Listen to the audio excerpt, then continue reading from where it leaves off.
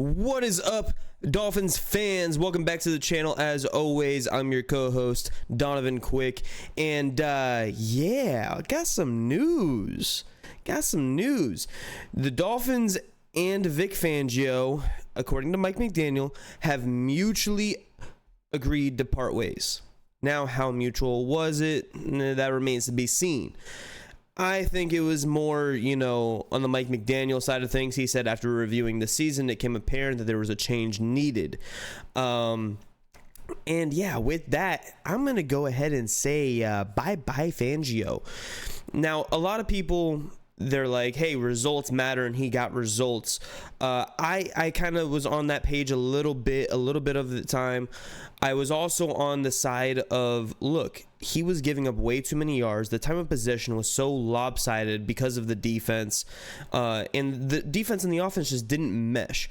And I know a lot of people are going to be like, hey, that is two completely opposite sides of the ball. Look, I understand. But when your offense is built to be explosive and now it's forced to try to take time off the clock to give your defense a rest because they're on the field for 85 and a half yards, or 85 or longer yards, it gets tiring for them, and then your offense is trying to do something that is not meant to do. You're a high-powered offense trying to throw screens here and there. Now, there's lots of things that can go into that. There's protecting Tua, making sure he plays all 17 games. There is trying to run down the clock a little bit more, trying to get, little chunk gains rather than trying to get your 15-yard gains. Like, last year, all it was 15-plus yard throws. This year, it was a pretty mix of both, but nothing really in between like the 5 to 10. So he tried to go a little outside his range, and he went short or long. It was like no in between. And yeah, so could that have been part of it? Could it be partly to it? It may be all mixed together, as well as just the game plan being that crappy. Who knows? That remains to be seen. But the way this offense is built, it is built to be explosive. We have explosive players. It's explosive all over. I was worried about coming into this season about not being able to maintain long drives, and now you're being forced to try to maintain a long drive because your defense was out there for so long. And look, I understand. You gave up 14 points to the Bills in Week 18. You gave up only 14 points to Kansas City the first time around. In Kansas City, up going into the last quarter, you only gave up less than 20 points going into that the final 5 minutes, really, before that absolutely horrific roughing the passer call. But your offense couldn't do anything. Your offense couldn't come alive and actually do anything for you. And I understand that. And look, to that extent, that's where I was like, okay, you know what, Vic Fangio, I hate bend don't break defenses for that particular reason of giving up so many yards, giving up all that time of possession, and allowing just your defense to get run down throughout the entire game. But it was working. I mean, I went over the numbers in a different video. Basically speaking, since Jalen Ramsey got back in I believe the New England game before he went to the Chiefs, since that game, since he was back, besides the Ravens game, which we gave up 56 points, we put up on the board 16 points allowed. With that game included, we gave up 19 points allowed. That's still less than 20 points allowed over the entire second half of the season. That is getting results. So, to a certain extent, you know what? Fangio did a good job. I will say that. However, personnel was a big issue. The Dolphins front office was really upset with his lack of use of Cam Smith, his lack of use of Channing Tindall. Two guys that they were really excited to see play this season, especially, with the injuries that we had at corner. And playing Eli Apple over the likes of Nick Needham, who is a proven corner, who is proven to be better than Eli Apple at this point in his career. Regardless of him coming off an Achilles injury or not, he played 4 or 5 snaps a game. That was a big question mark as well. Not having Xavier Howard in the first Bills game, shadow Stephon Diggs, not having your best corner shadow whoever else. Now, I get it when you have Jalen Ramsey and Xavier Howard on opposite sides of the ball. You don't really want to shadow because, why do you need to? But when Xavier Howard is out of the game, why is Jalen Ramsey not on Stephon Diggs? Why is Jalen Ramsey... I mean, given to his credit, he did have Jalen Ramsey follow around Garrett Wilson in the Jets game. But that's a Jets offense I was very little, not even concerned about. The Jets offense absolutely sucked. And a lot of players I heard have not been happy with Vic Fangio. In fact, Javon Holland, who had his best career year as a Dolphin and actually missed a lot of games because of 2 sprained MCLs, posted this video to Instagram, his Instagram story.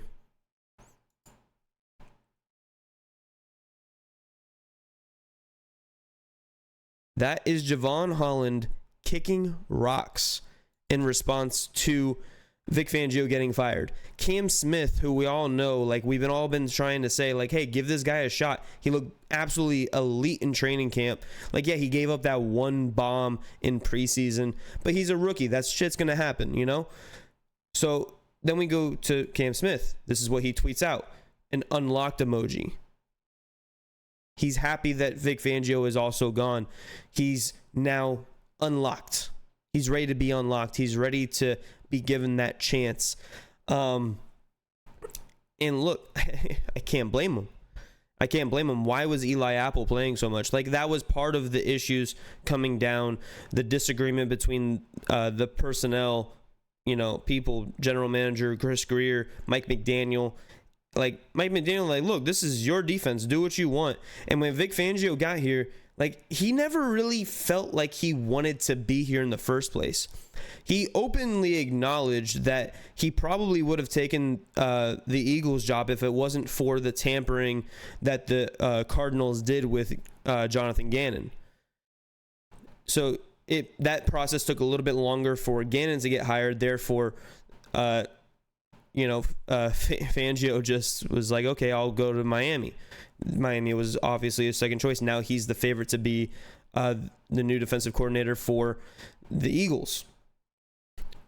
And on top of that, he was oh yeah, I expect to have a heavy input on who we bring in personnel wise. And look, I agree with you having input. I agree with you having a heavy input. But it almost sounded like, hey, I'm going to pick my guys, and that's what we're going to do. And I don't necessarily agree with that. You have to have some kind of cohesion with the front office. You have to trust the front office a little bit to be able to do their jobs. I mean, they did produce you Christian Wilkins. They did produce you Javon Holland, Xavier Howard, Jalen Phillips, all these guys, Raekwon Davis, Zach Sealer was brought in after the Ravens released him, but all these guys, they were given to you by the front office to begin with this, and this is a very talented group of people on defense. So it's not like you can really say hey, no, I'm going to be my people. And when Jalen Ramsey, of all people, does not like your defense, that means you're not running a good defense. And a lot of people are oh, well, Fangio this, Fangio that. I love Fangio, blah, blah, blah, blah. He's a GOAT. Why are we getting rid of someone that's been successful for 20-something years? Look, like Javon Holland's dad said, everybody wants an iPhone. You don't want the iPhone 1. You want the iPhone 15 Pro Max. You want the 15 Pro, whatever. You don't want the original version. You don't want something that's outdated. And that's kind of what Fangio's defense is. It's outdated. We're in a new NFL. We're in a new era. You see all these younger guys, all these younger defensive coordinators and offensive coordinators that are on the come up, and all of their defenses and all of their offenses are the ones that are being the most successful in the NFL. So maybe Vic Fangio, he lost a step. And players just didn't mesh with that. And when you don't have a locker room that truly believes in what you're doing, then it's just that much harder to make it work. And I believe that's exactly what there was. Now, Drew Rosenhaus even went on to say, look, it was a mixed room. There was just no unison in who liked Fangio. It was almost like the defensive line / linebackers kind of liked Fangio. It seems like the entire secondary very much disliked Fangio. And honestly, it was kind of that mixed kind of feeling when Josh Boyer was here. There was some secondary guys that liked Josh Boyer, and then there was some defensive line guys that absolutely hated him because one relied way too much on the other, you know? And Chase.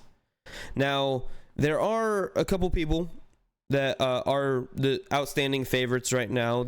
I believe the favorite right now to get the DC job is internal Anthony Campanile. Now, Javon Holland did tweet out his support for Anthony Campanile to be hired as the next defensive coordinator. We saw him on Hard Knocks. He's an absolute GOAT. He seems like another Dan Campbell type of motivational guy. Just get your juices going, run you through a brick wall type of dude. And honestly, I love that kind of dude. I really do. But who I want, and I'll get to him in a second, actually. The second favorite, I don't even want to really address this too much. It is Brandon Staley. Him and Mike McDaniel do have a history. He is the second favorite right now. Is what it is. I don't like it. I'm sure none of y'all like it. I think he should take a long time off coaching. Hey, sometimes some guys are just good at being coordinators. He was a coordinator for, I think, the Rams before he was head coach. Some guys are just meant to be coordinators. Maybe he's one of those guys. I'm a pass. Anyways, the guy that I want, the one that I need in this locker room, the one that I believe will get this team back to its glory of when Brian Flores was here. He was in this coaching staff when Brian Flores was here. He went to the Steelers when Brian Flores went to the Steelers. He brought the Steelers back to a good secondary with absolutely no one back there. Yes, I'm talking about Gerald Alexander. That's my dog. I want Gerald Alexander back in Miami. Get his ass back in Miami. Give me Gerald Alexander. He knows the personnel. The personnel has not had that much turnover since he left. It's been 2 years since he left.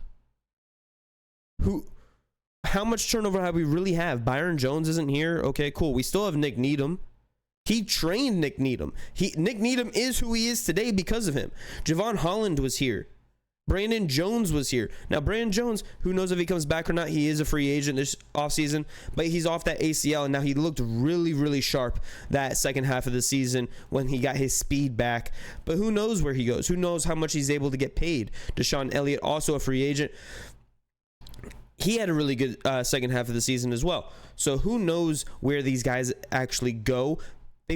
One or both of them probably end up back here in Miami. And honestly, I wouldn't mind Brandon Jones. Bro, bring the Blitz boys back. Bring the Blitz boys back. I want Gerald Alexander to bring that Brian Flores type of defense back with a little spice of his own little secondary masterpiece, because this dude was a legend when he was playing the game.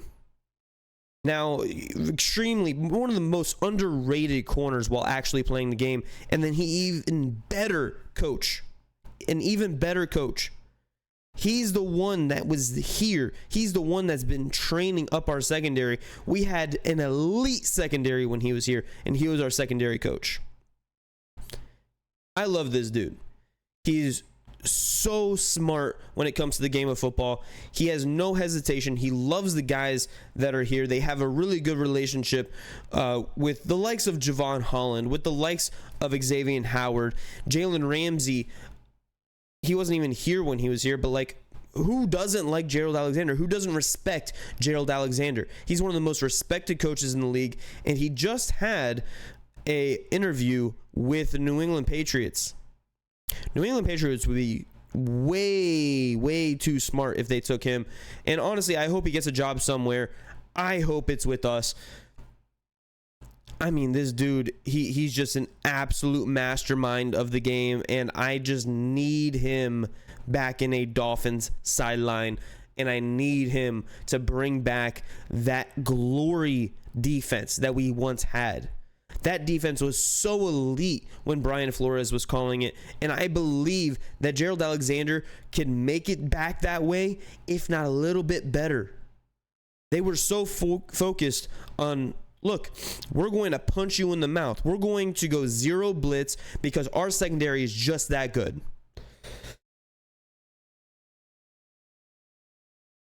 And that is what we're going to do. That's what we're going to do. I believe that Gerald Alexander will get this team back to its former defensive glory. I understand. Look, we 16 points a game minus the Ravens game, 19 points a game since Ramsey was back. Imagine what we can do when we're actually being physical. With Brian Flores, look, we may have given up a little too many touchdowns when he wasn't calling the plays 100% of the time because he wanted to hand it off to Boyer. When he was calling the plays, though, we had at one point the longest streak in the NFL of turnovers per every game. I think we had almost two straight seasons of games with a turnover. Yeah, great. We had the most sacks in franchise history this year. That's great. But it was also a lot of just sacks because guys were we dropped back 7 so many times. And we had good defensive tackles and good edge rushers. We have that personnel now. Imagine when we blitz with that personnel and we're able to have our secondary play how they played in the Brian Flores era. Imagine. All right, guys. Let me know what you guys think of the move in the comments below. I know a lot of y'all are going to be upset about this move. I know a lot of y'all are going to be a little bit happy about this move. I got mixed feelings about it myself. I think that the Dolphins could potentially make this a good thing. Let me know what you guys think in the comments below. Let me know who you think we should bring in the comments below. All right, guys. Deuces.